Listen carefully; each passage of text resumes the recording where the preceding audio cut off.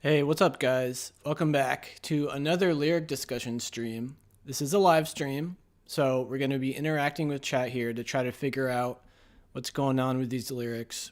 This is not canon, this is just my interpretations, my chat's interpretations of the lyrics to this album, which, by the way, is on display here in the back over my shoulder.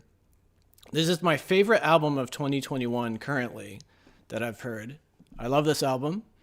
And so again, this is a live stream. I'm going to put chapters down below so you can skip straight to track one because I'm going to give it a couple minutes for people to join in chat. So yeah, this is just going to be 4 or 5 minutes right now of just waiting for people to show up. So skip to track one in the chapters below so you don't have to hear this intro section. But yeah, I love this debut album. It's interesting because there's another band called The Cool Greenhouse that came out in 2020 who's also doing a post-punk spoken word type thing. And that was my favorite record of 2020 as well, was the Cool Greenhouse debut album. So I just thought it was funny how 2 years in a row, my favorite records of the year were post-punk spoken word albums. So yeah, I'm very excited to talk about the lyrics to this album. I have not looked at them yet. It's going to be a fresh perspective. And, every now and then chat might say something like, oh, have you considered this possibility, Cole? And then we'll go in that direction.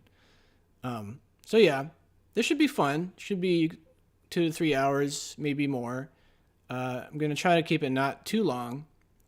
We're just going to wait a couple minutes here for chat to show up, but again, use the chapters below to skip to track one, so you don't have to hear this intro bit.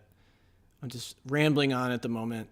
But yeah, I ordered a new favorite album on vinyl that came out in 2020 that I'm going to use in my top albums of the 2020s video that I'm going to make at some point. I had a couple songs from this album that I liked that I put in my 2020s playlist. But then I heard the whole album again today and I was like, you know what? This whole album's pretty good. I gave an honorable mention.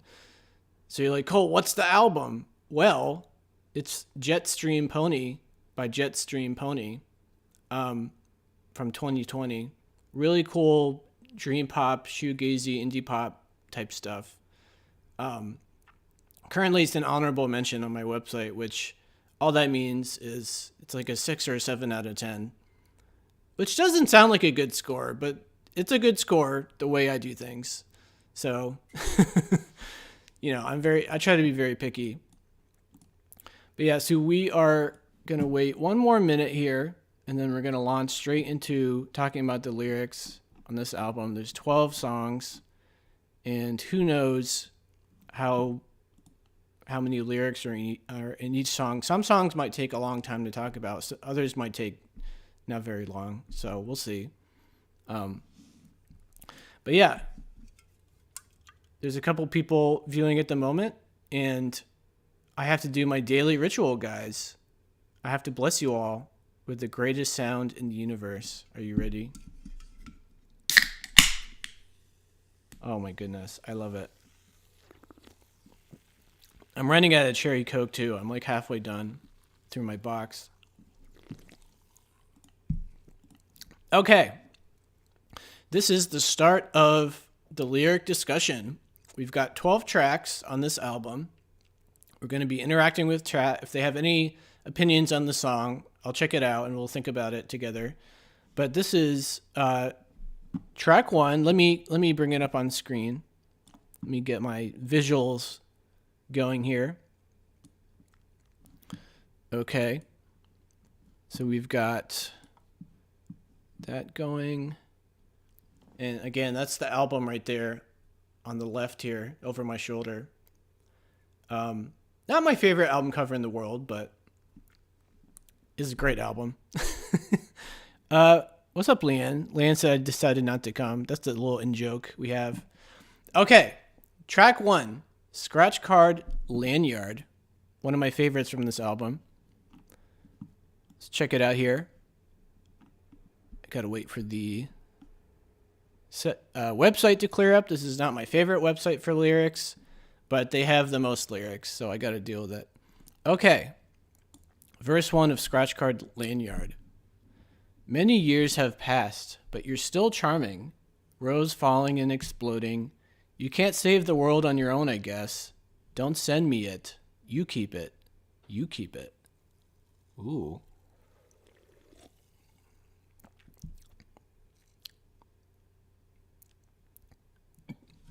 So, I kind of imagine that our lady here, the singer-songwriter here, has had a crush on somebody she's known for a very long time. And maybe even this person is married. Like, maybe even when she met this guy, he was already in a relationship, and maybe now she's married or something like that. But she's always had a crush on this guy. And a long time has passed, many years have passed, and maybe she's having a little moment where she's wondering what her life could have been like growing old with this guy that probably has no idea she likes him. Maybe they're good friends, but there's probably like an undercurrent of, she really likes this guy. That's one thought that comes to me here. But then she says, you can't save the world on your own, I guess. Don't send me it. You keep it. I wonder if that's a reference to the Lanyard of the song title, Scratchcard Lanyard. I'm not quite sure what that means yet. Maybe it'll be clearer in verse 2. Verse 2 says, weak arms can't open the door. Kung Fu cancel. Actually, I love that. Kung Fu cancel. Just the sound of it. It'll be okay. I just need to be weird and hide for a bit and eat an old sandwich from my bag.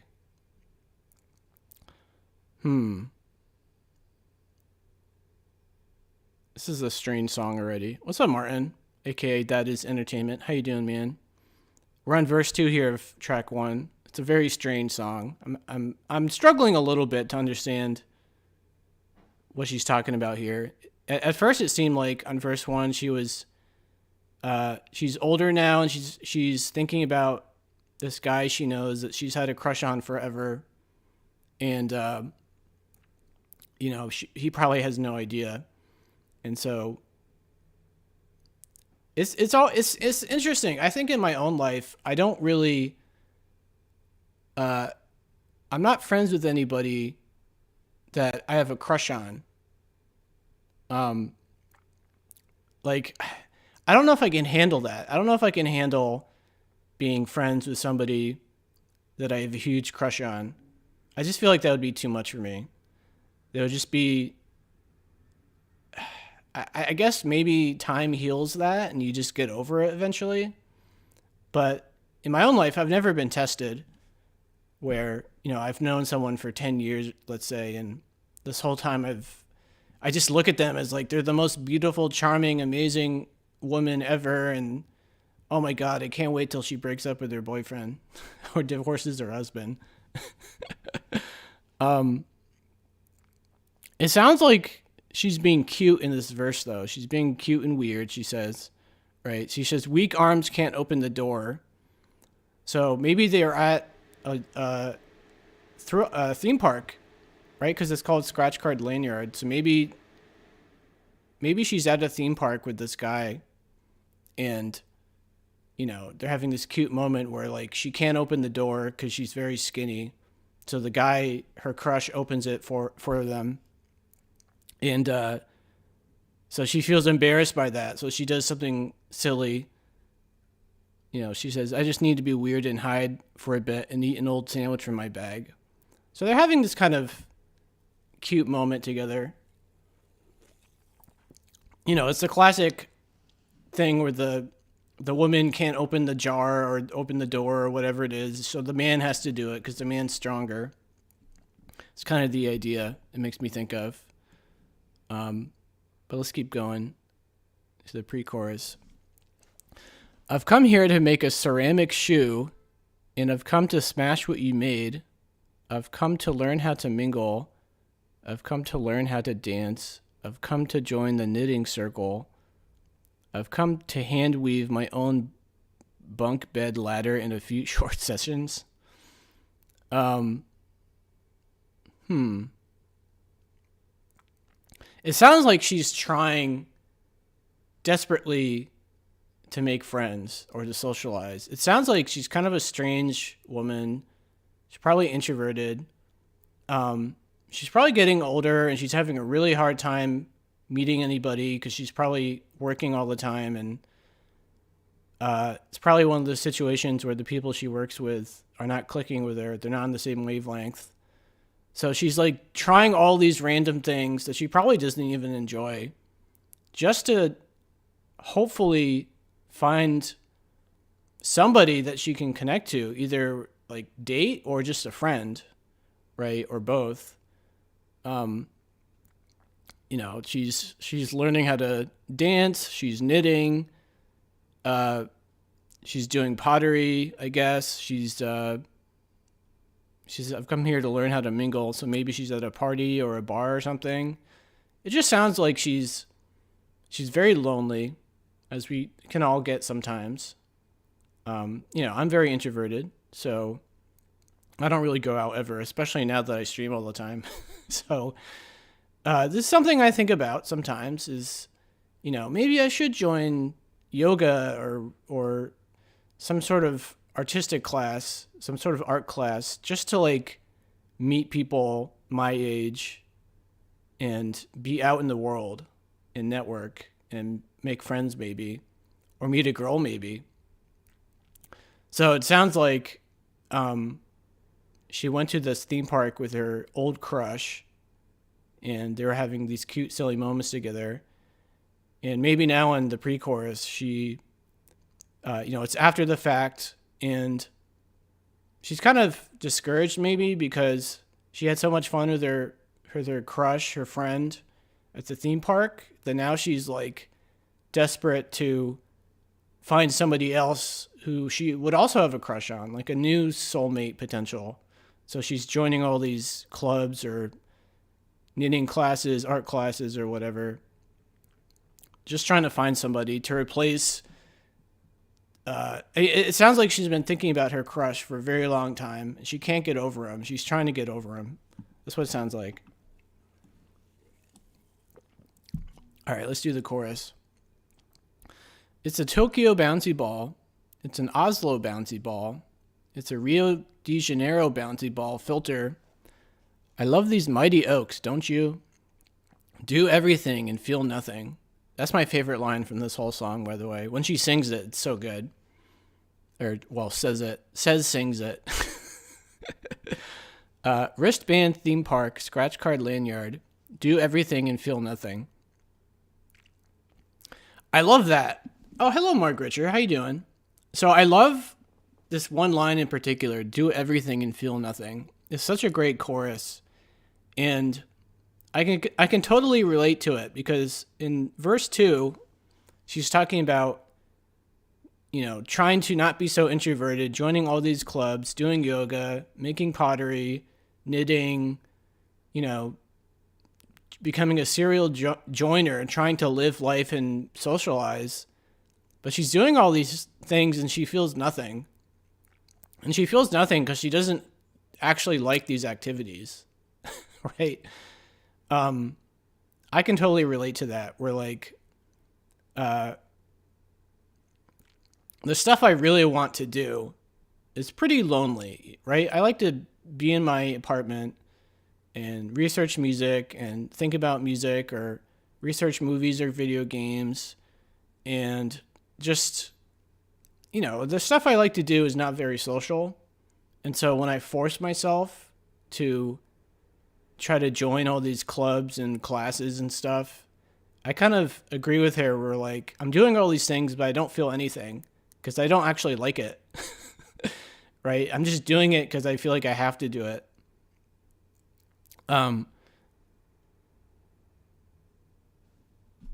So basically, yeah, I identify with the fact that, as an introvert myself who doesn't really like to socialize, instinctually, that to force yourself to do it, like you're having all these experiences, but you don't really, because you don't love any of it. It doesn't really do anything for you, and you kind of can't wait for it to be over.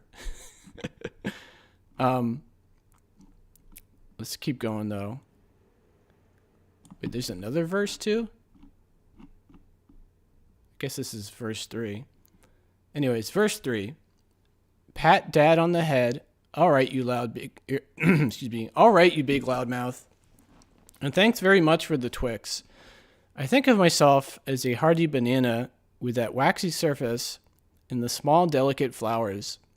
A woman in aviators firing a bazooka. Hold on a second. Sorry, my Coke Zero came up. All right, this one's a little strange. What's up, Fabio? How you doing? This one's a little tougher. Pat dad on the head. All right, you big loudmouth. Thanks for the Twitch. I think of myself as a hardy banana with that waxy surface and the small, delicate flowers. A woman in aviators firing a bazooka. I mean, the only thing this makes me think of is she's a total weirdo. Right, in a good way, though. I mean, not every girl has to act a certain way. Not every guy has to act a certain way. So she's kind of describing herself as a woman in aviators firing a bazooka, which is like such the opposite of like your standard female imagery, right? So I just imagine, she's making me imagine her as someone who's just like having a really hard time fitting in to society, not only because she's an introvert, but because she's also pretty unique, pretty eclectic maybe, or eccentric. Just somebody who, doesn't really follow the crowd. She marches to the beat of her own drum, is what it sounds like.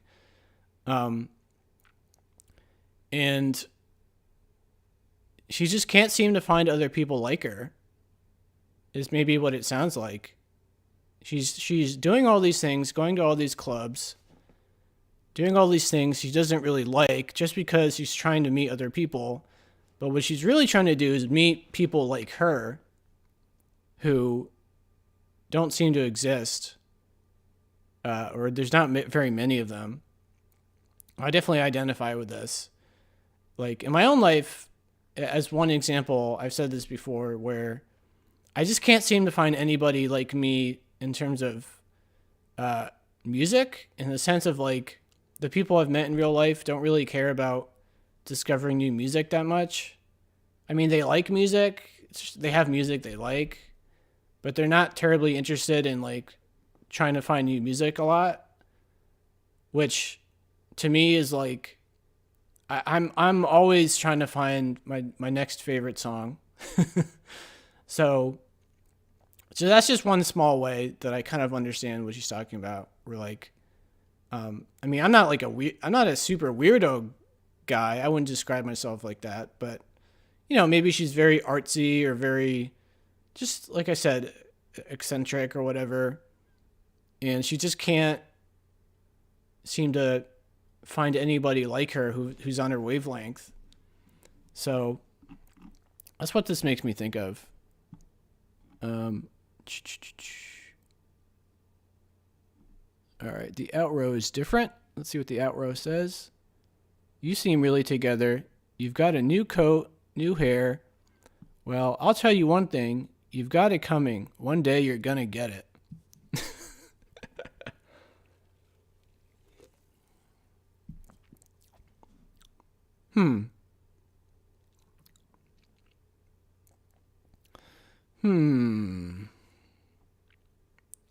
Well, you've got it coming. One day you're gonna get it. I imagine maybe she's talking about somebody who looks totally put together, Their life looks totally normal. Like they look totally normal on the outside. They seem just like a regular old person who's got a good job and family and everything's going well, and they're a normal, everyday man or woman, right? But she's kind of looking at this person as like, she's looking at this person as who they really are. She thinks of this person, this guy, let's say, as being totally full of it. Like, you know, she says, you've got it coming, you're going to get it one day. So like this guy looks totally put together. His life looks totally fine and put in established and normal. But maybe he's kind of a total jerk, or sleeping on the side, right? Having an affair or doing all these things. So maybe to her, like he's just totally full of it to her, and she sees right through him. It's kind of what it sounds like. So I don't know what the overall theme of this, or like what the story of this song is, except that it makes me think of this person feels very weird compared to other people, or at the very least, she's having a really hard time fitting into society, and I can relate to that.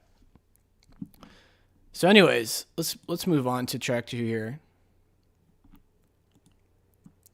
Come on, website. Okay, this is track 2, Unsmart Lady. Come on, website.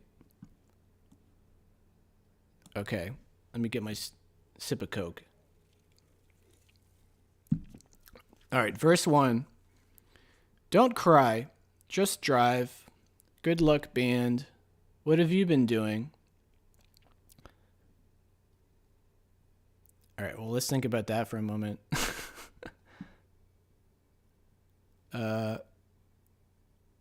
Don't cry, just drive. Good luck, band. What have you been doing? Well, let's see what the chorus, if the chorus brings me any ideas. The chorus is fat, podgy, non-makeup, unsmart lady. Okay, well, that I like, the chorus, because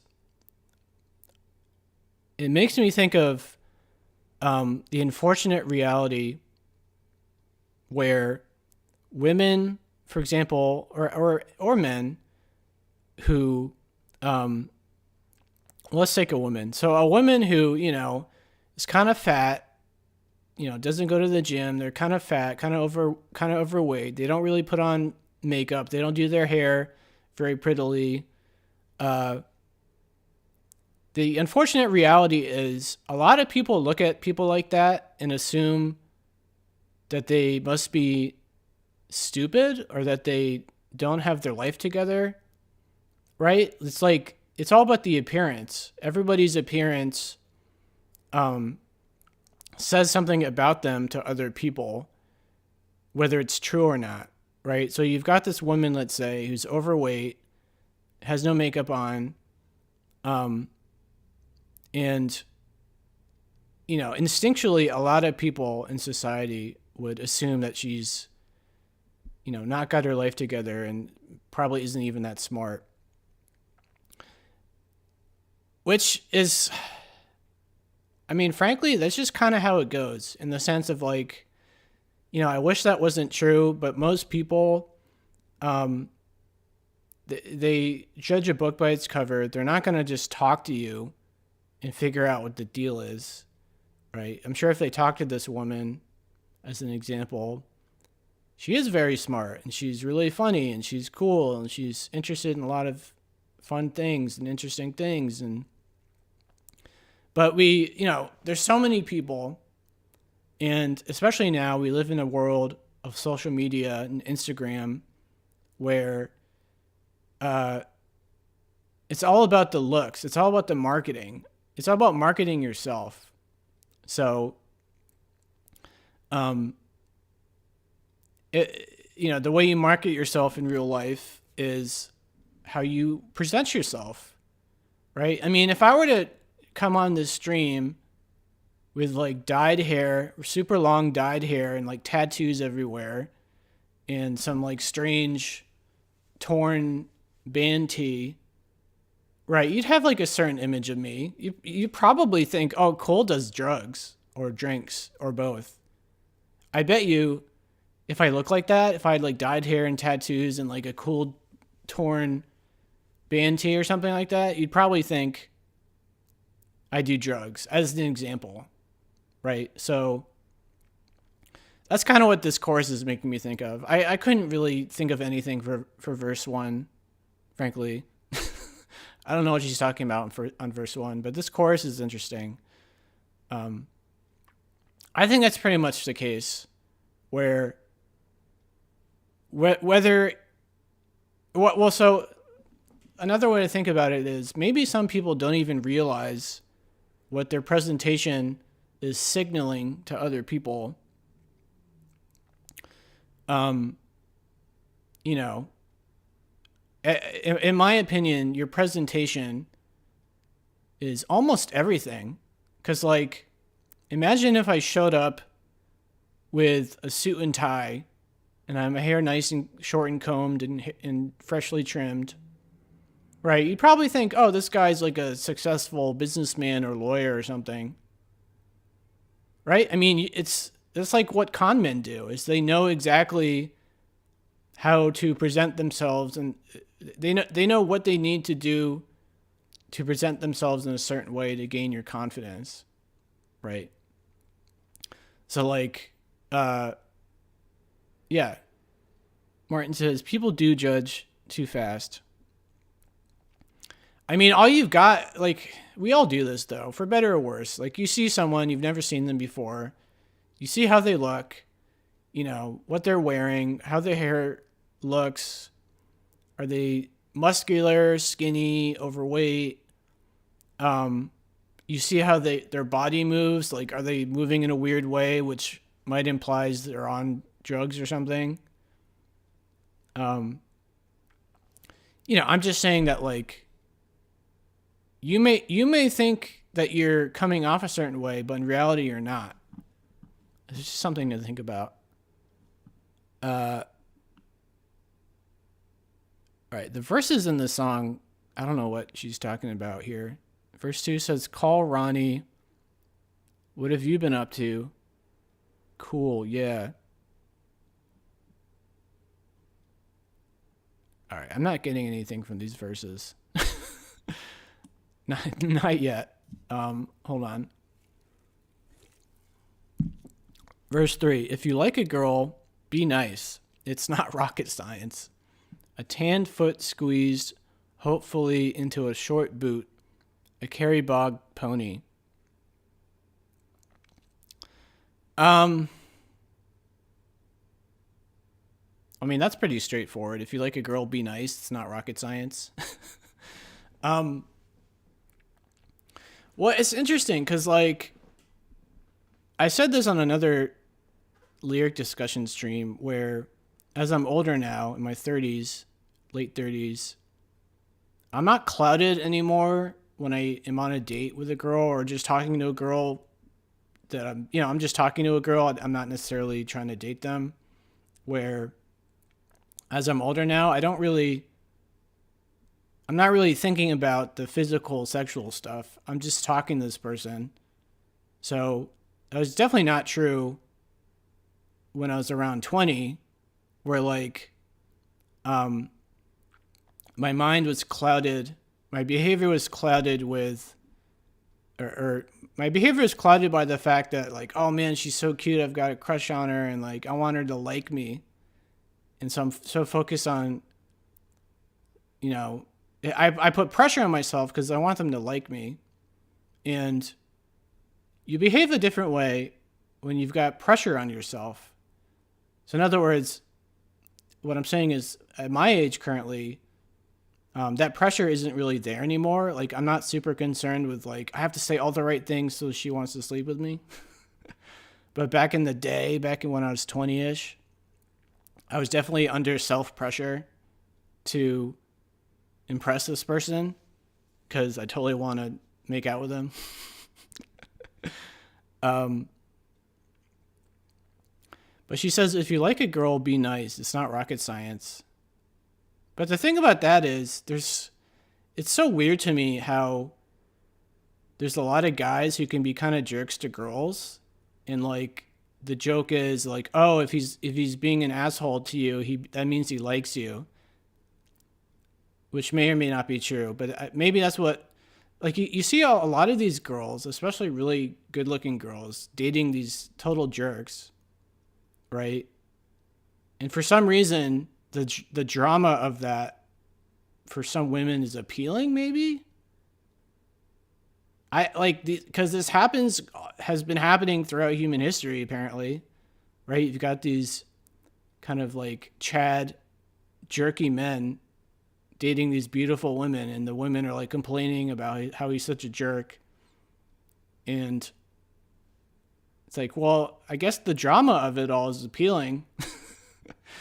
or maybe the woman is like fantasizing about changing this person, like, oh, I'm going to turn him into a gentleman, like a nice guy gentleman. They're trying to fix this person. So that's kind of what this makes me think of, is like, it's all these women complaining about men not being nice to them, being kind of a jerk. But then also a lot of women date these kind of guys. Or maybe what happens is the guy comes off initially as being a good guy, a nice guy, but that's like an act he's putting on. And then later he drops the act once they've been dating for a while, and now he's got her, quote unquote, right? Once he's got her, hook, line, and sinker, then he shows his true self. I don't know. I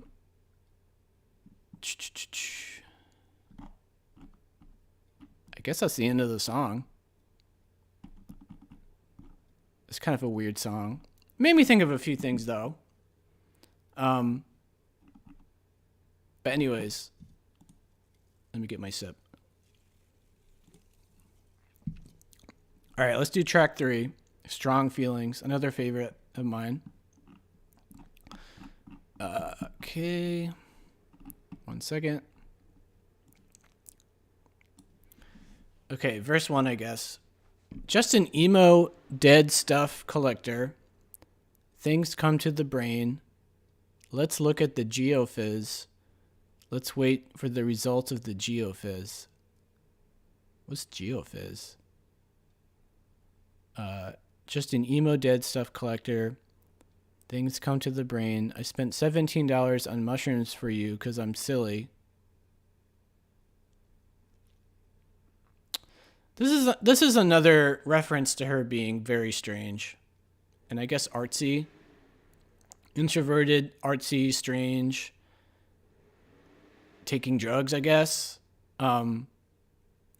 She's a silly person. And,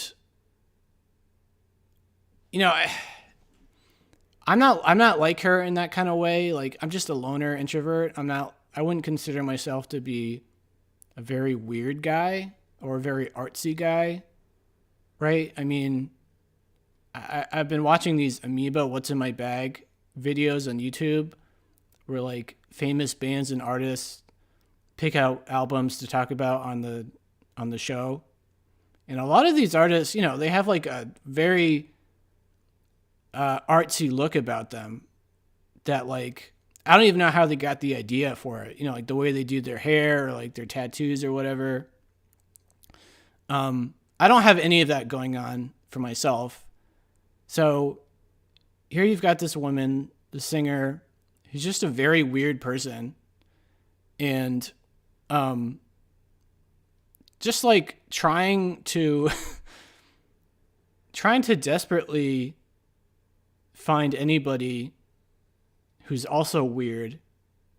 But just think about this for a second. Like, if you're very eccentric like this person is, it must be extremely lonely in the sense that like you must think, oh, there's no way anybody is even remotely similar to me. You're just way too out there. And especially, let's say, if she's an artsy person in like a small town, let's say like a small town in middle America where like everybody listens to country and is very conservative. And then you've got this like tattooed pink dyed hair, weird haircut girl with like, I don't know, whatever she's wearing, collecting dead things. It's just like, how does a person like that survive mentally in this small town environment where like everybody around them is just your normal, jeans and button down shirt kind of guys, maybe with a cowboy hat. I think I was talking about the Cool Greenhouse album, and it sounded like that guy was going through a similar problem where like he was just living in the wrong place. Like nobody in his town was on his page, on his wavelength. And it kind of sounds like this woman, whatever her name is having a similar experience in England, I guess is where she's from, where like everybody around her is just like you're straight and narrow, nothing weird, nothing eccentric, nothing terribly unique going on with them type people. And she just can't really be herself. Well, I mean, she can be herself, but like it's going to alienate her. Right? We were talking about Farron a few weeks ago, who her problem was being lesbian in the 80s. And obviously being herself was a huge struggle. But this is a different version of that. This is just someone who's very weird, but lives in a very normal town. It's not like she lives in Los Angeles where there's like a million strange, artsy, super artsy people all over the place. And it's like not a big deal to run into other artsy people, I guess.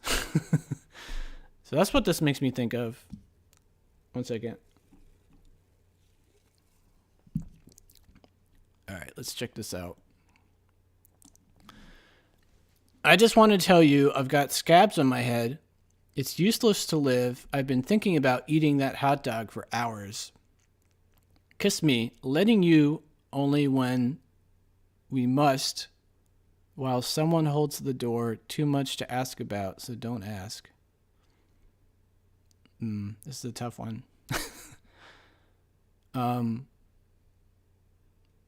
Well, the first verse sounds like her train of thought is all over the place, right? She says, I want to tell you I've got scabs on my head. But then she's like, it's useless to live.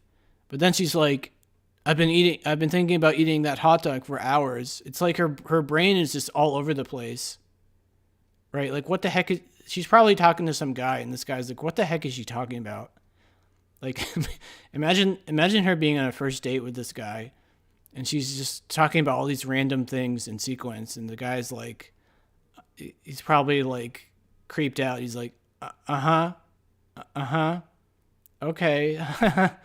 He's like, he doesn't know what to do. He wants to just get out of the situation.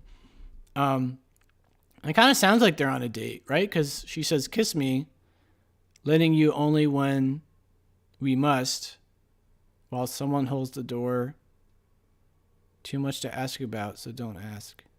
Sounds like she's on a date with somebody who is totally not on her same mental wavelength.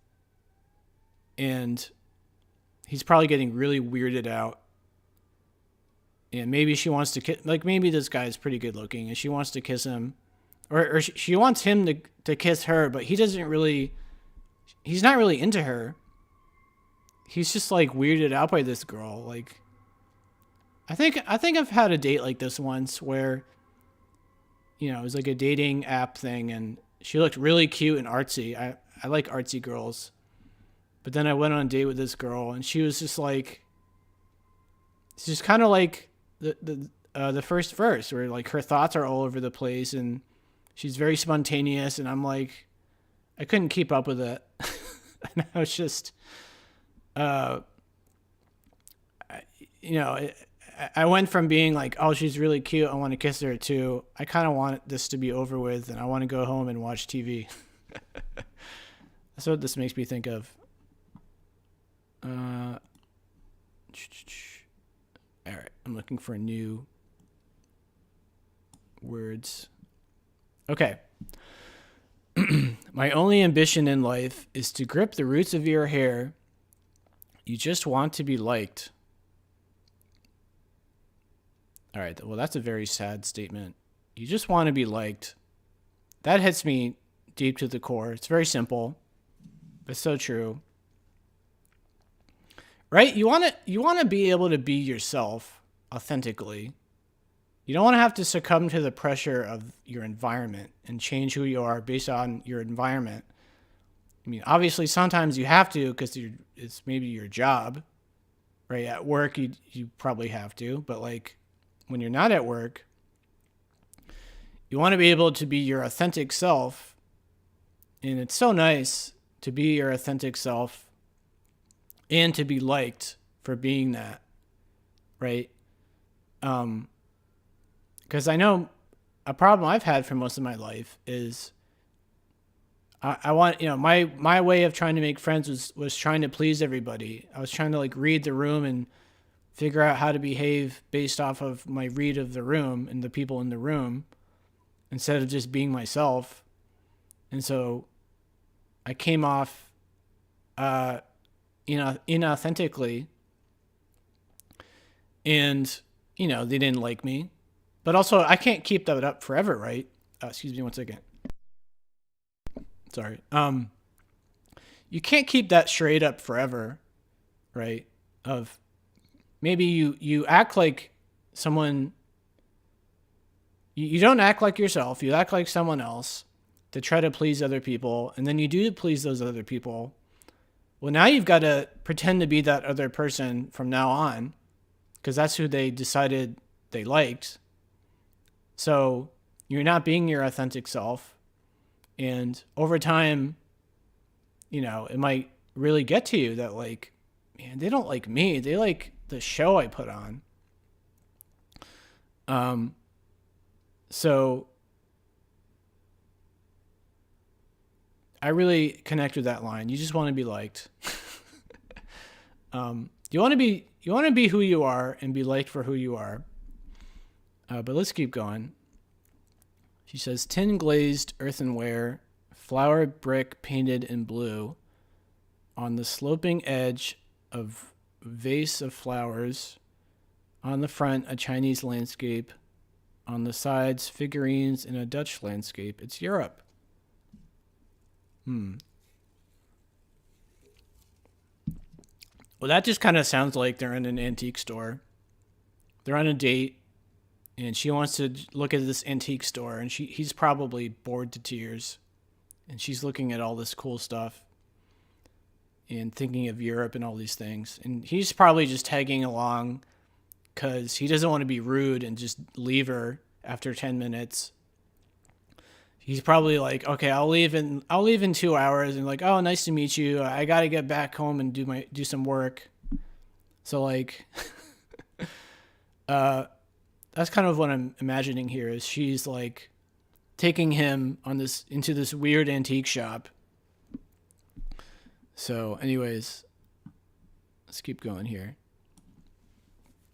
In the painting's foreground, at the bottom, is a famous anamorphic, which when viewed sidelong is revealed to be a human skull. That seems like a lot of garlic. All right, this is more of the same. Looking around at a antique store is what it sounds like. Or possibly a museum. This could be a museum too. He's like, hey, do you want to go to the museum with me? And he's like, sure. He's just like, part of him is like, she's so cute, I just want to kiss her and hopefully sleep with her. But then another part of him is like, yeah, but she's kind of weird. She's really strange and weird. And do I even feel like it anymore?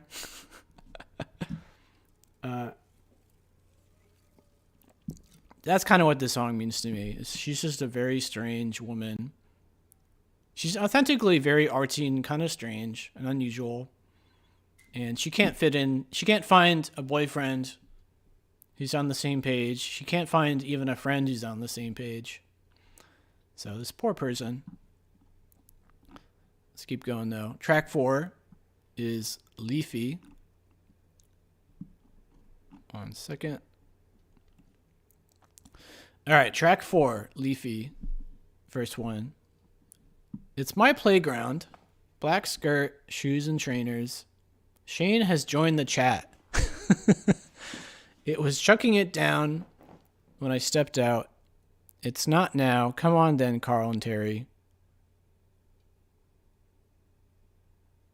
So now I'm imagining she, as we said, like everyone in her town kind of sucks in the sense of like no one's on her wavelength. So now she's online like I am, right? I can't find anybody on my musical wavelength in my own town so far, right? So far. But I've got all these wonderful people like Leanne and Martin and Brad and all these people who I've met from all over the world who are kind of into the same musical vibe I am. We all like to discover new music and hopefully find new favorites. So it sounds like this woman is, trying to find that one friend, that one authentic friend online because she doesn't know what else to do. It's her playground, she says. She says Shane has joined the chat. So, but then she says, it's my playground, black skirt, shoes, and trainers. So maybe she's on a dating app and that's like her profile picture is her in a black skirt with shoes and trainers.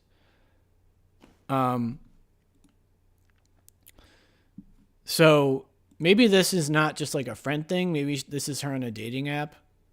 And, the idea of a dating app, I guess, is to, because when you go out in the world and you see cute women, if you're into women or whatever, that's all you've got to go on is like, oh, they're really cute, right? And maybe you get a general sense of them by how they dress, how they put themselves together.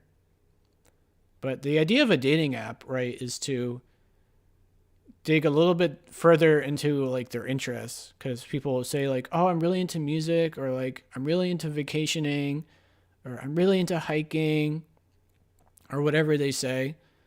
So it seems like her last ditch hope here is to advertise her authentic self on a dating app and hope that some guy reads her profile and is like, oh yeah, this is my kind of girl.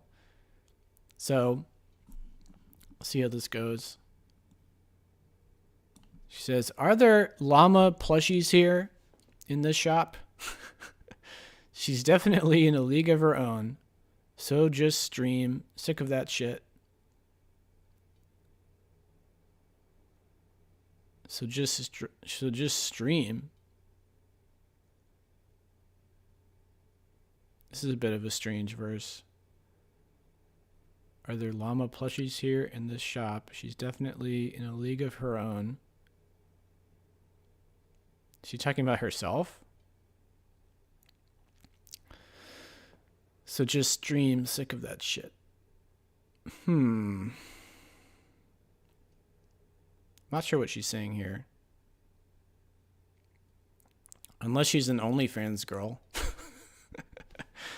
I'm not sure what she's trying to say there exactly. Maybe it'll get clear in a moment. All the while, an exhausting walk in the horrible countryside, a tiresome swim in a pointless bit of sea, knackering drinks with close friends. Thanks a lot, simple pimple, stomach stab.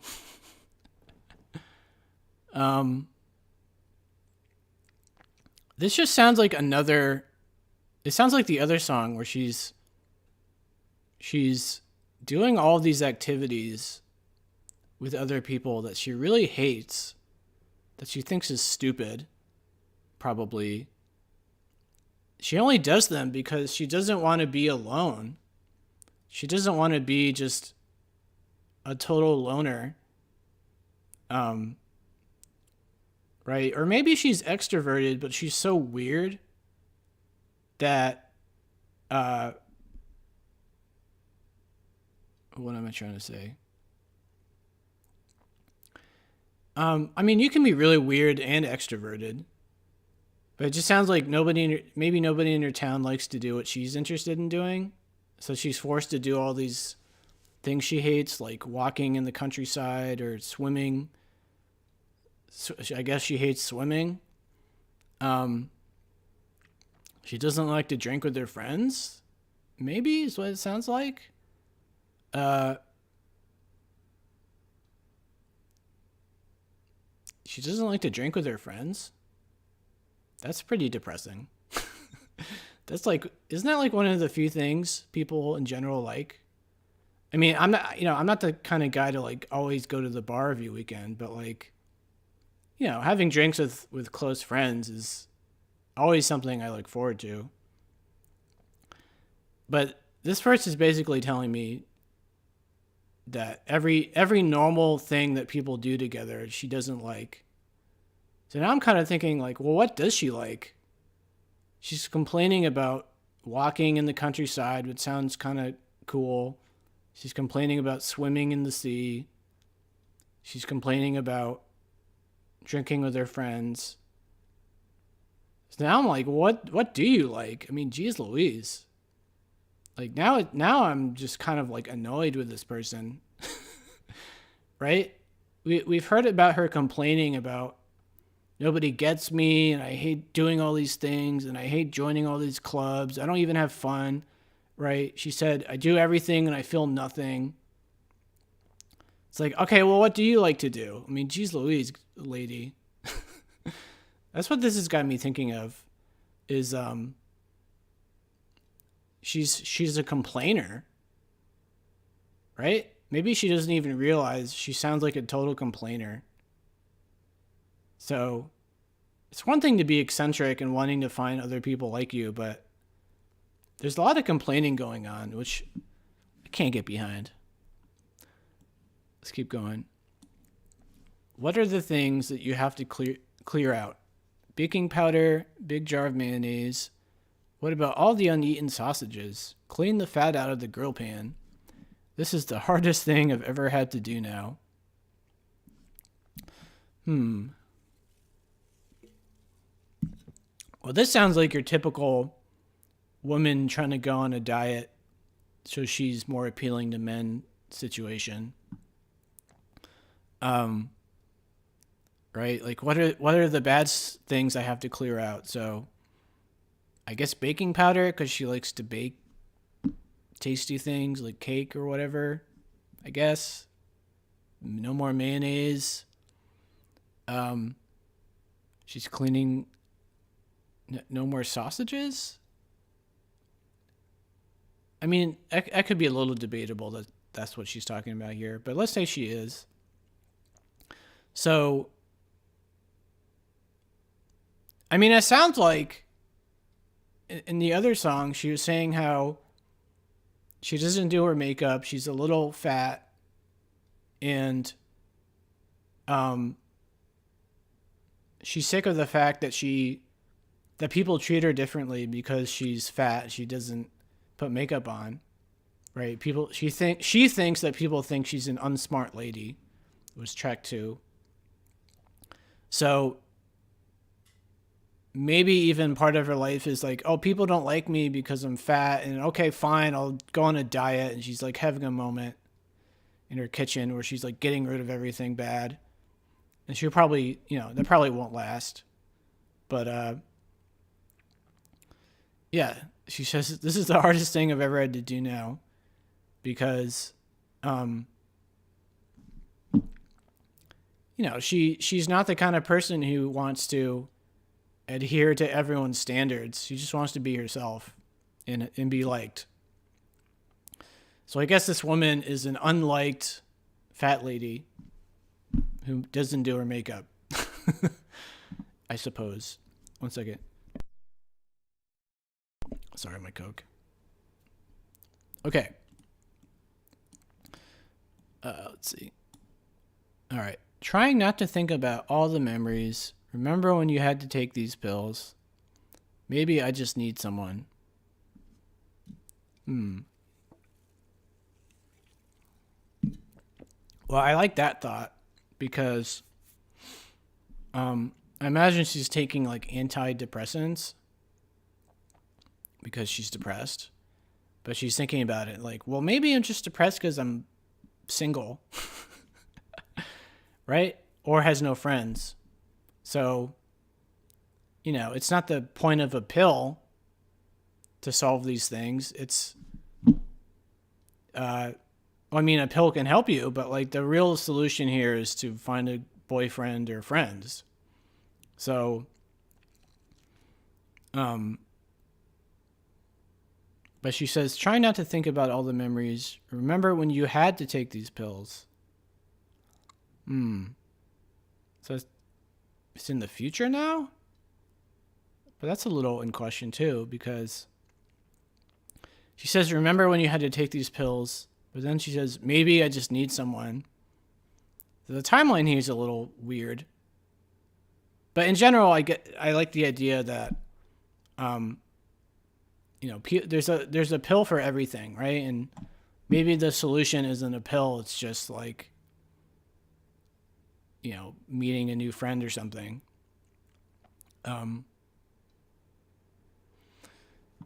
So I like that idea. Let's keep going though. Never talk about your ex. Never, never, never. Never slag them off because then they know. Then they know. All the while, an exhausting walk in the horrible countryside, a tiresome swim, knackering drinks. Thanks a lot. It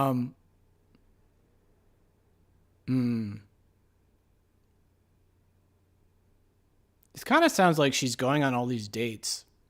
That's what she's doing? Like all these walks in the countryside and swimming and drinking. Maybe what these are dates she's going on. And she just hates it all. Like she's just totally depressed. And I guess she had to take antidepressants for a long time. She doesn't know what makes her happy. Is the sense I'm getting from this song and this album so far is like she's a complainer. She's complaining she's not happy and nobody gets her. Which may be true, but like she has no solutions. In the sense of like, well, what do you like to do? What does make you happy? It hasn't been made clear yet what this person likes to do. So far in this album, she's just complaining about everything. Like, I go on these theme park rides and I do everything and I feel nothing. He's totally motionless, feels nothing. Which I guess is maybe that's fair. Is maybe she's having a real crisis where she's lived her whole life and she has no idea what she likes. She knows what she doesn't like very easily, but she doesn't know what she actually likes. Which maybe like another related thought is like going through your life having no passion. Right? Like I'm very passionate about music, obviously. So that makes me happy. It's something I look forward to. And some people have told me this, that they're jealous of that fact that I have this passion because they don't have a passion. So maybe this person so far is just talking about how not only are they're very strange comparatively to other people, but she also has no passion. Like, she's not excited by anything. She's just disappointed by everything. Martin says, I can relate to that about what makes us happy. So it just sounds like she feels like she doesn't fit in anywhere. And she also doesn't know what she's passionate about. She doesn't know what makes her happy. So there you go. All right, let's move on. That was track 4, right? Okay. Track 5, another favorite of mine, Her Hippo. Okay. The house is, track 5, Her Hippo, first one. The house is just 12 years old, soft landscaping in the garden. An electrician stuck his finger in the plug hole and shouted, "Yabba." Okay. Her hippo, every day he's the dick. Strong one, no one.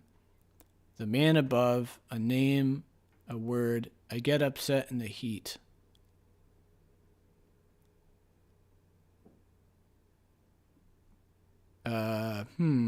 This one's a very extremely poetic one that's hard to think about.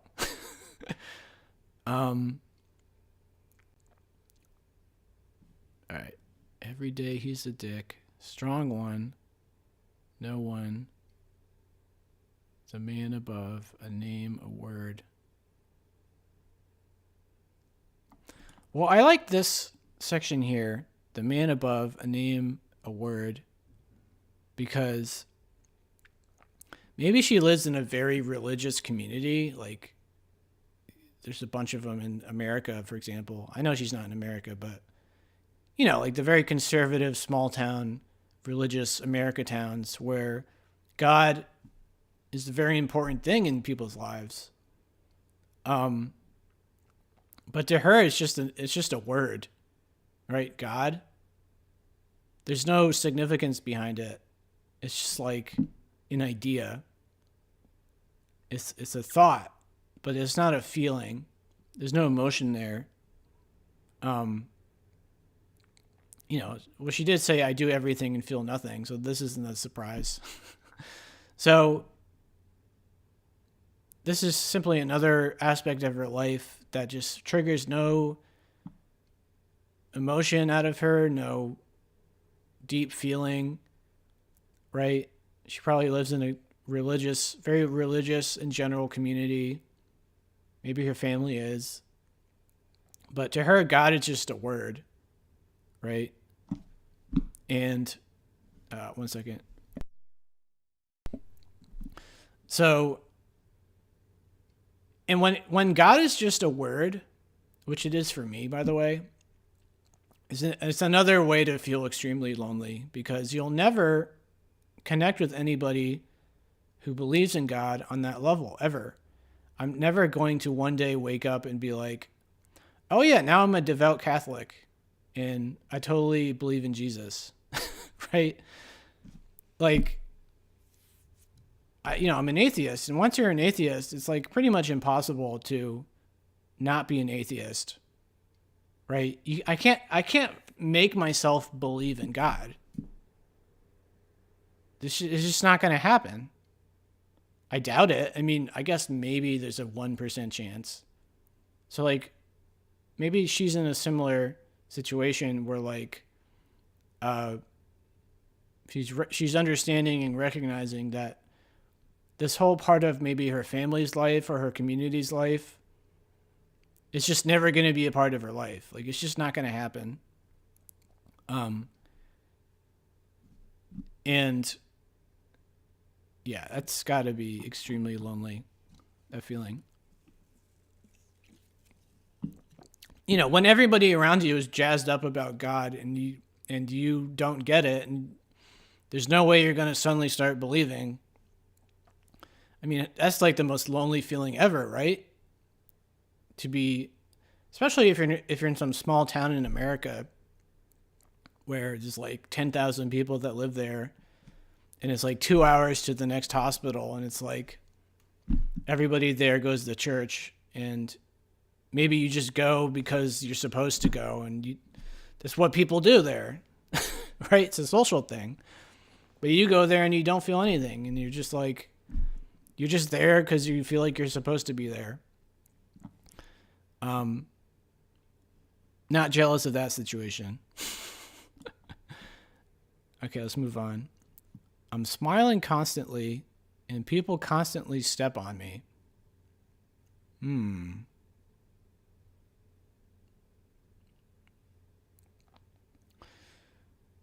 Okay, well, a related thought to that is it makes me think of the role of nice people in the world. I consider myself a nice person, which means the reality is that being nice does not get you anything, right? Like, for example, the people in power, they're not nice. They're not, well, I mean, maybe some of them are, but like, the people who take power and want power are kind of sociopaths. Like, they don't care what you feel, what you think about them. They're just going to do what they're going to do. Whereas a nice person cares about what people think of them. They care about doing the right thing, quote unquote. They care about helping others. You know, they're trying to be selfless, essentially. But doing all those things doesn't really benefit you all that much in a lot of ways. I mean, there are some benefits, but I would argue that like, that being nice is not necessarily a way to the top. So this woman here, I guess I'm interpreting this as she's being a nice woman, but all these assholes are constantly like stepping all over her. You know, maybe she's at work and her boss is like having trouble doing something. And so she offers to help. She doesn't have to help. It's not part of her job, but she offers to help because she's nice. And then the boss, you know, who's maybe not nice, sees this and is like, oh, she's just going to do all this extra work for no more pay. I'm just going to like over time make them do more work for no bonus because they're nice and they'll do it. And apparently they're just going to do it. Like my ex had this problem where she would always offer to help do things that was not part of her job because she was being a nice person. And all of her bosses, literally all of them, just took advantage of it and like made her do extra work and didn't compensate her. That's what this makes me think of. All right.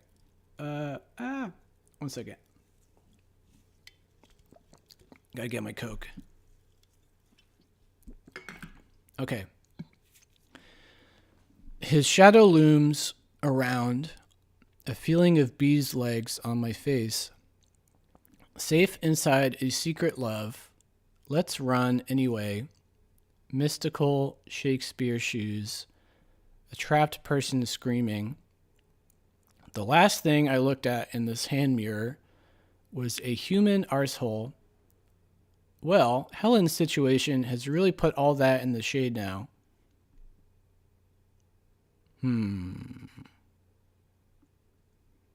This is another strange one. The last thing I looked at in this hand mirror was a human arsehole. Well, Helen's situation has really put all that in the shade now.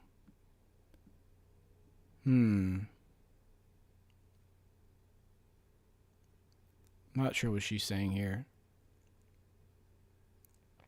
Well, a trapped person screaming makes me think of, again, she's a nice person, but it doesn't really help her out because, like, let's say her boss is making her do extra work and not compensating for her for it, like something like that.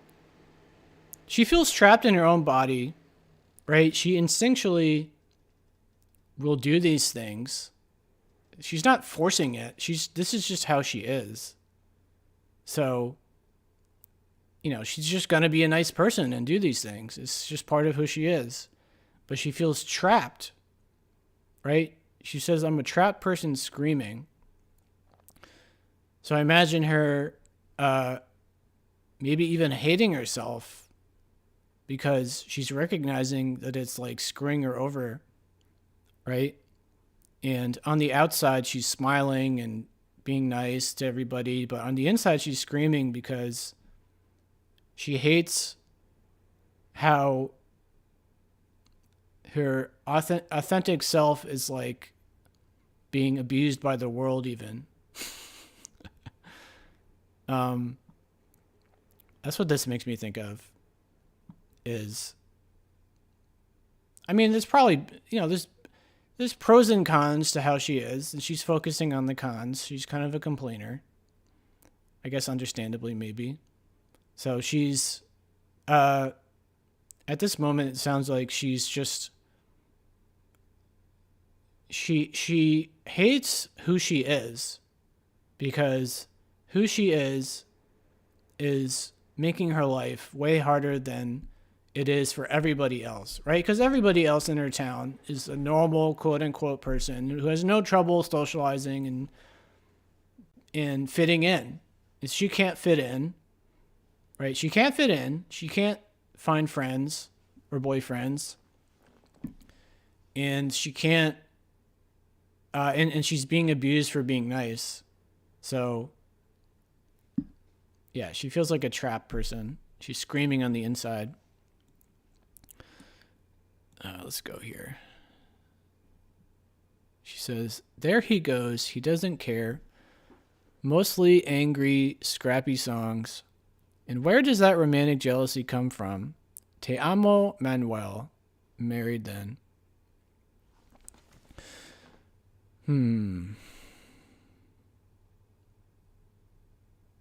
There he goes. He doesn't care.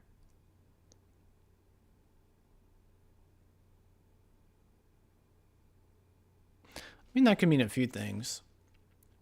Maybe it could mean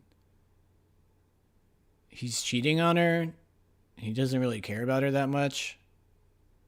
But some men will do that. They'll pretend to be romantic for their girlfriend, but really they're just cheating on the side all the time. Like I had a friend like that who was just so full of it. He just was dating all these really beautiful, cool girls and constantly cheating on them. There he goes. He doesn't really care. He's just like, it's probably just a thrill, right? The thrill of the hunt of like, ooh, let me bag this 10 out of 10,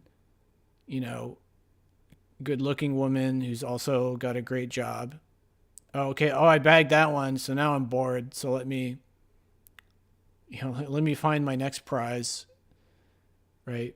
There are definitely men like that who just, once they've got you, they just kind of stop caring. And I mean, to some extent, that's natural in the sense that like people who've been married for a long time, right? They let themselves go because they're not, they don't think of it anymore as like, oh, I have to constantly win this girl over. So I have to like keep in shape and, well, that's the classic example is, getting fat or whatever, out of shape because you've been together for 10 years and it's like, well, we're already dating. Like, I don't have to impress her.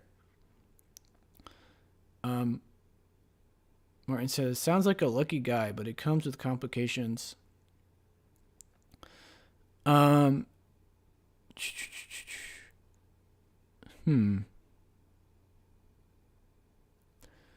he goes. He doesn't care.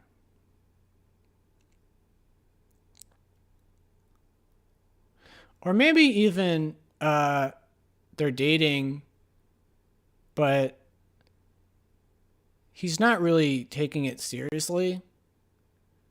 Like he's thinking of this as like a short-term thing. Like he doesn't see himself marrying this girl.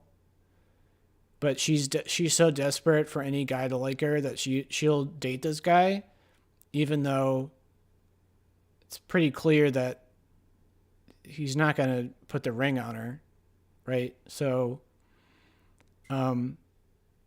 she's having this back and forth going on in her head of like, what's even going on with this relationship? Like, this guy doesn't like me that much. I mean, sure, he likes me enough to date me, but like, he's not going to marry me.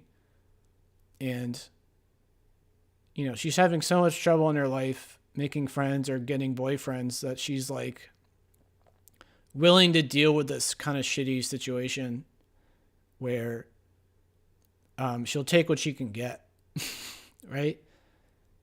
She'd rather have this kind of like short-term, not going to marry me boyfriend versus nobody, which, I mean, we've all been there probably at some point, right? Where like you're willing to overlook some things. But when you're younger, it's easier to do that. But when you get older, then it's more like you definitely want to be on the same page here. Excuse me. Sorry, my Coke Zero. Let's see here. Then she says, I'd like to run away with you on a plane, but don't bring those loafers. That silly woman's done. A 2 straight fringe, a baby's appearance, more espresso, less depresso. Solutions for damp since 1971, but I can rebuild. Let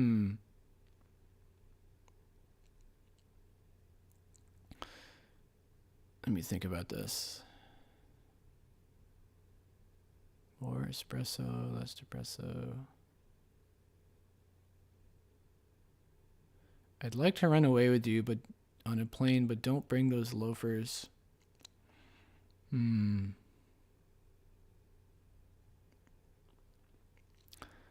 mean, I guess loafers implies he's a successful guy. He's got a good job.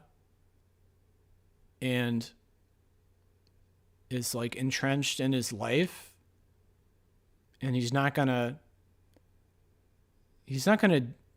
change his life up for this girl, right? Maybe this girl is like, let's move to San Diego, right? Loafers to shoes. No, I know, but like, I'm imagining some guy who has like a great job somewhere, and she's like, maybe she hates where she lives, and is like she's fantasizing about moving away somewhere like San Francisco and somewhere where there's similar artsy people like her.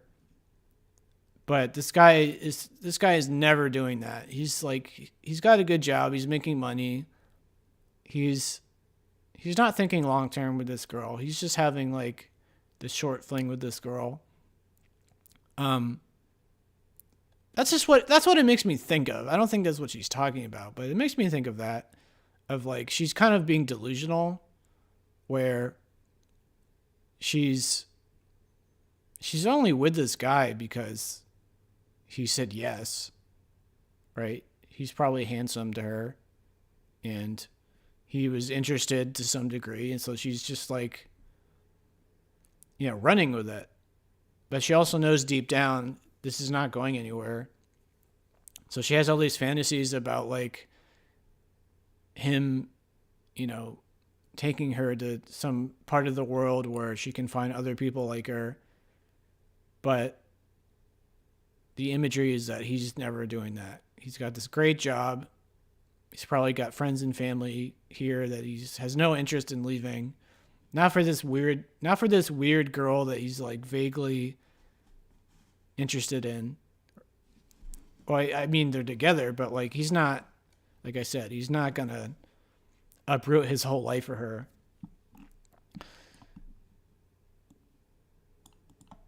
All right, let's keep going here. I'm inside the gate. It's a tiny little area and it's rammed. Everything's going great so far. Got my shorts on in preparation for the hot. These idiots in trousers, they don't know what they're doing. Feel like I want to send you 20 texts. Let me know when you're inside the plane.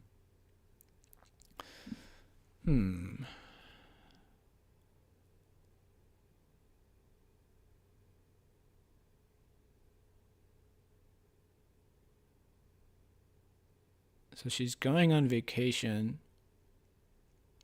She's wearing shorts. She's going on some tropical vacation.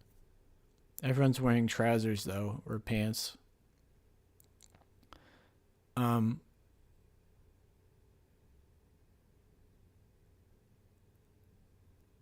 they're going on vacation, which is pretty intense. I'm not sure what the point of this verse is, though. Except that it makes me think that this woman is, again, she's being delusional. Like she wants this guy to fall in love with her and be with her, but he's probably not. He's probably only interested in her because she's really attractive and is willing to deal with anything, right? Maybe the guy senses that she's willing to deal with anything and he can totally get away with doing a lot of stuff, right? Like the power dynamic of this relationship is he can do whatever he wants. And she's so desperate to be loved by anybody that she's okay with any behavior. So she's so excited for this trip. They're going on vacation, which I guess to her is a signal that she thinks of this as like, oh, this is a serious relationship. Like he wouldn't pay for this vacation for us if he really didn't want to be with me long term. Like, why would he spend so much money on us if that wasn't the case, right? When in the reality is probably he makes so much money, like it's not even a big deal. Is how I think of it, right? She's like over exaggerating the importance of this upcoming vacation as like, oh, wow, he must really be in love with me if he's willing to spend a few thousand taking us on this trip. So that's what this sounds like to me. She's being kind of delusional here. She's like super excited, but she doesn't understand. Or she's leaning towards falling for the trap of believing this is going to amount to anything. And, you know, I feel for her. She just wants to be liked. She wants to be loved. And here's a guy willing to date her for a while and take her on vacations. Right? But she's reading too much into it, is what it seems like. Okay. We're going to do one more track, and then that'll be the end of the discussion. I think I want to make this a new thing where I do half an album for, you know, an hour and a half, 2 hours, just because it takes a lot out of me, frankly, and I want to do these, but it takes a lot out of me. So, you know, I think 1.5, 2 hour talk is good enough. So we'll make this our last track 6, which is called New Long Leg. The name of the album, by the way. Oh my gosh. All right, let's get this going here. All right, the intro of New Long Leg. You are. Let me see your knees, peas rolling, a useless long leg. Are you taking a photo or drinking a bottle of water? You're a spoon pal, you are. That's very abstract. Jeez. A useless long leg. Well, I think of long legs in regards to women as, right? That's like the classic beauty standard is a long shaved leg from a woman is like, that's always been one of the super attractive standards for women is, you know, tall women with long legs.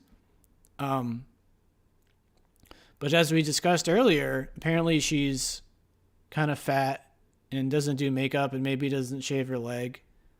So, and doesn't want to do any of those things. So to her, it's a useless long leg because she's wasting, she's got all these nice features and she's wasting what other women would die for, right? Other women would be like, I wish I was tall, was tall and had long legs like a model. And here you've got this woman on this album who maybe has all these things going for her, but she doesn't take advantage of any of it because that's not who she is. So that's something I think about in general is, I think everyone needs to think about this at one point in their life of like recognizing what they've got going for them and maybe coming to terms with not utilizing any of it to their advantage. I guess an example would be that friend I mentioned who's a very handsome, charming guy, very funny. He abused that his whole life. He was like, oh, women love me. And, also guys think I'm fun to be around. So I'm going to leverage all of that to constantly sleep with hot women and to constantly network and expand my social network. Right? That was something he had going for him that he abused. But some people, they have things going for them, but they can't take advantage of it or they don't want to. Like, for example, someone who's good looking, but, they're constantly out of shape. They're really fat. They are very introverted. They don't like to use certain advantages they have for the sake of the advantage, if that makes any sense. I'm trying to think of a better example, but well, okay, so here's an example, I guess. So I've always loved music. I love researching music. I've spent so many years of my time trying to find cool music and movies and games on the side, but mostly music. And I had all this knowledge built up that I was only using for myself, right? I was just enjoying it on my own, listening to my iTunes or whatever, not sharing it with anybody. And you could look at that as you've had all this time, you had this passion to do it, and you have all this time to do it, and you've built up this knowledge base. Why don't you do anything with it, right? Which is, for most of my life, I wasn't doing anything with it.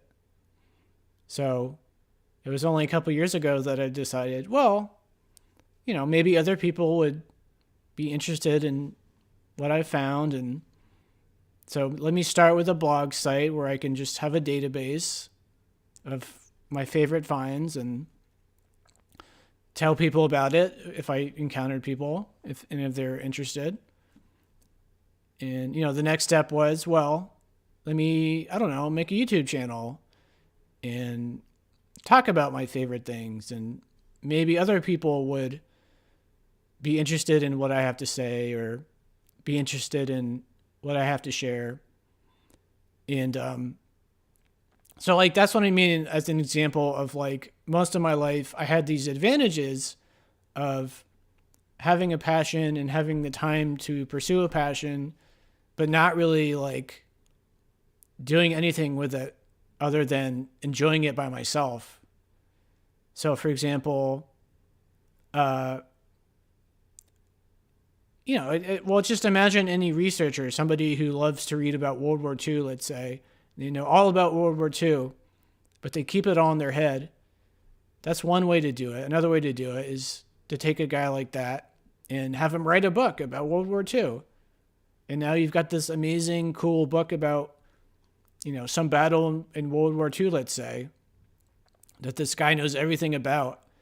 And, it becomes a bestseller, and you've got all these people around the world who, oh man, I love reading about, this guy's World War II knowledge. It's so cool. Thank goodness he decided to do something with his passion. So yeah, that was a little tangent from the lyric "a useless long leg," but that's the general idea. Is like she's looking at the potential of her body, which is like she could be a model probably, is what she's thinking, but so she's wasting the potential of her possible model body by being overweight and not working out and not shaving and not putting makeup on, and I guess that's how she's looking at it. That's what I think about anyway. All right, let's check out the chorus.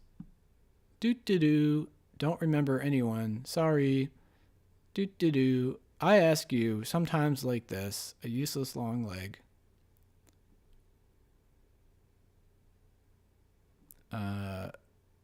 Okay, that's not very interesting, in my opinion. Verse 2. Let's move on. Will there be a hairdryer in my stateroom, or should I bring one? What about shampoo? Will we be able to have laundry done on the ship? And what are the prices? Are there some kind of reverse platforms, shoes that make you go into the ground more, make you reach a lower level? Never mind. Would you choose a dentist with a messy back garden like that? I don't think so.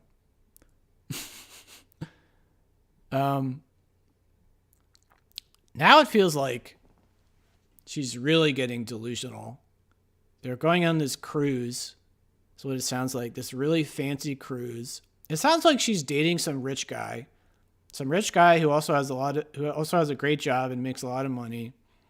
And she's reading too deeply into this as like, oh, now she's going to be some trophy wife to this cool rich guy. And she's going to get to go on these awesome vacations. And she's going to like get all these cool fashion clothes, right? And her life is going to be awesome now. She's looking too deeply into it when in reality, like I said, he's not really interested long term. From the sound of it, or at the very least, maybe he is gonna marry her, but he's not really gonna be like in the relationship. Like he's not really gonna be fully into it. Hey, Lisa. What I mean by that is like, sure, he might marry her, but he's really gonna be on business all the time, and he's probably gonna be cheating on her all the time. He's probably one of those guys, right? Who has, they're constantly away on business. They have this high paying, great job, but they're just constantly cheating on their wife, right? It's like their whole goal is to like get a prize, and then once they've got it, go for the next prize. It just sounds like she's reading this situation incorrectly, that like, oh, he must really love her. He's taking her on this expensive cruise and buying her all these expensive clothes. When really this is like, he's just buying her affection. He's not really doing anything romantic or emotional here. He's just like buying her affection. I guess what's going on.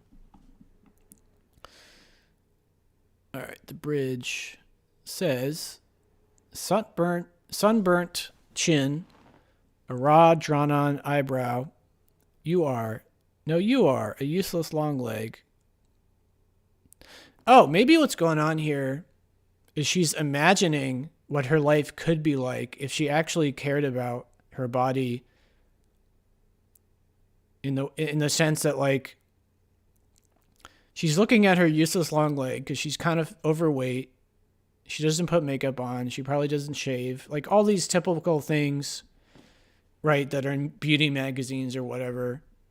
And maybe this whole song is a fantasy where she's like, oh, if I were to hit the gym and be really skinny and shave and put on makeup all the time and do my hair, that I would get this awesome rich husband because, I've got all the potential to be a 10 out of 10 woman, but I just don't care. Right? But if I did care, then she's fantasizing in the song about what her life would be like. Maybe that's what's going on here. This whole song is a fantasy. But she either doesn't want to do it because it's not who she is, or she's lazy, or both. Right? Well, I mean, for one thing, to hit the gym and be skinny or athletic is not easy, right? It just sounds like she sees the potential. She's acknowledging the potential she has in the world of being a trophy wife who, would be sought after by some handsome rich guy. And her life could be all about vacationing everywhere all the time, wearing cool fashion clothes that her rich husband buys for her. But instead, she's sitting at home eating Cheetos and pizza and not doing makeup and letting her hair get out of order. And, that's what the song makes me think of, is she's just fantasizing. All right, the outrow says, this new bloody big problem. No more shared Sunday. This absolute huge fuck up.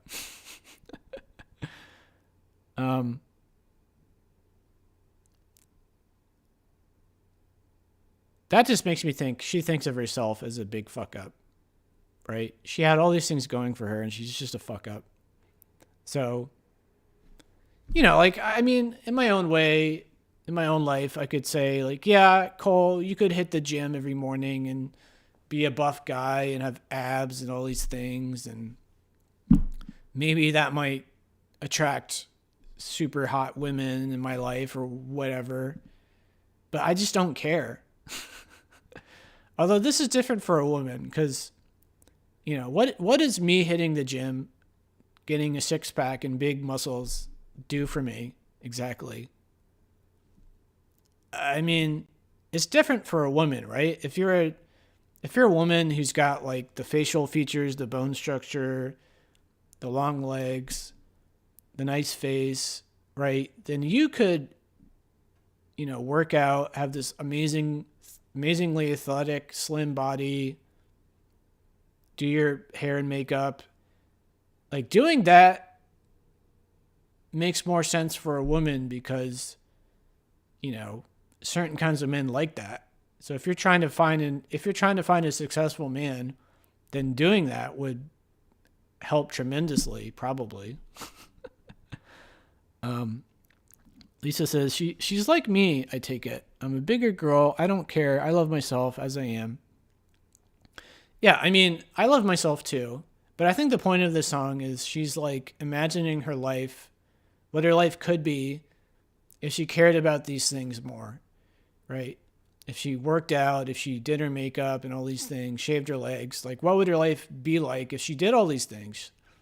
She's thinking of her life as wasted potential because, if she did all those things, she probably would have this super handsome, rich husband who just buys her things all the time. Lisa says, yeah, some women feel they got to keep up appearances to keep a man in their life. Yeah, exactly. She doesn't want to, she just wants a guy who loves her without her having to do anything extra. She just wants to be herself and have a boyfriend who loves her and a friend who likes her, right? She doesn't want to have to do all these extra things. So this song to me is a fantasy about what her life could have been like if she was passionate about hitting the gym and putting makeup on and all that stuff, like I said. All right, so as I mentioned, I I think my new rule is I'm only going to do roughly the first half of albums because, it's already like a 2-hour stream and it takes a lot of mental energy for me to think of things to say on the fly for these lyrics. And I want to be able to do these every week, twice a week. So I don't want to burn myself out. So I think half an album is pretty solid. It's a lot of material to think about. And I think that's going to be my new tradition, right? Because my album reviews aren't every song either. And I want to cover albums, but I don't want to burn myself out. So this is a compromise. So this is my new rule. Maybe we'll talk about it in Discord, but anyways. So yeah, thank you guys for watching. Hopefully you had fun. Hopefully I made you think about something interesting. But yeah, I'm excited for tomorrow night, my first radio show of the day or of the week, Cole's Faves. So until then, have a good night.